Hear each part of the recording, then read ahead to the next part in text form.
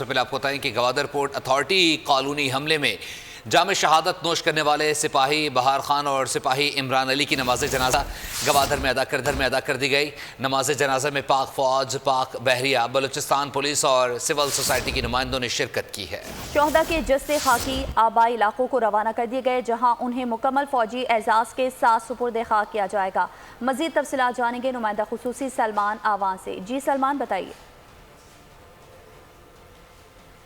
علی نے کل Gwadar port authority complex پر جو ہونے والا حملہ ہے اس کو ناکام بنانے میں انتہائی اہم کردار ادا کیا تھا اور دونوں نے بڑی بے جگری سے دہشت گردوں کے خلاف لڑتے ہوئے جام شہادت نوش کیا تھا۔ سپاہی بہار خان کی ہم بات کریں تو ان کی عمر 35 سال تھی اور سپاہی عمران علی کی عمر 28 سال تھی۔ ان کا تعلق خیرپور سے تھا۔ دونوں شہداء کی نماز جنازہ مکمل فوجی اعزاز کے ساتھ گوادر میں ادا کی گئی ہے، جس میں Pakistan army, Pakistan navy, Balochistan police اور جو شہری ہیں ان کی بڑی تعداد نے شرکت کی۔ شہداء کے جثے خاکی کو ان کے آبائی علاقوں کو روانہ کیا جائے گا، جہاں پر انہیں مکمل فوجی اعزاز کے ساتھ آج سپرد خاک بھی کیا جائے گا۔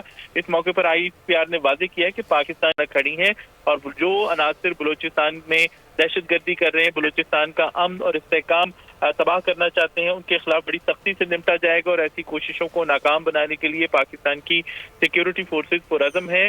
اس کے ساتھ ہی سپاہی عمران علی اور سپاہی بہار خان جیسے جو بہادر بیٹے ہیں دھرتی کے، ان کی قربانیاں دہشت گردی کی لعنت کے خلاف جو جنگ ہے اس کے عزم کو مزید تقویت دیتی ہیں اور مادر وطن سے دہشت گردی کی لعنت کے خاتمے تک یہ جو جنگ ہے دہشت گردی کے خلاف پوری پاکستانی قوم کی جنگ ہے، یہ جاری رہے گی۔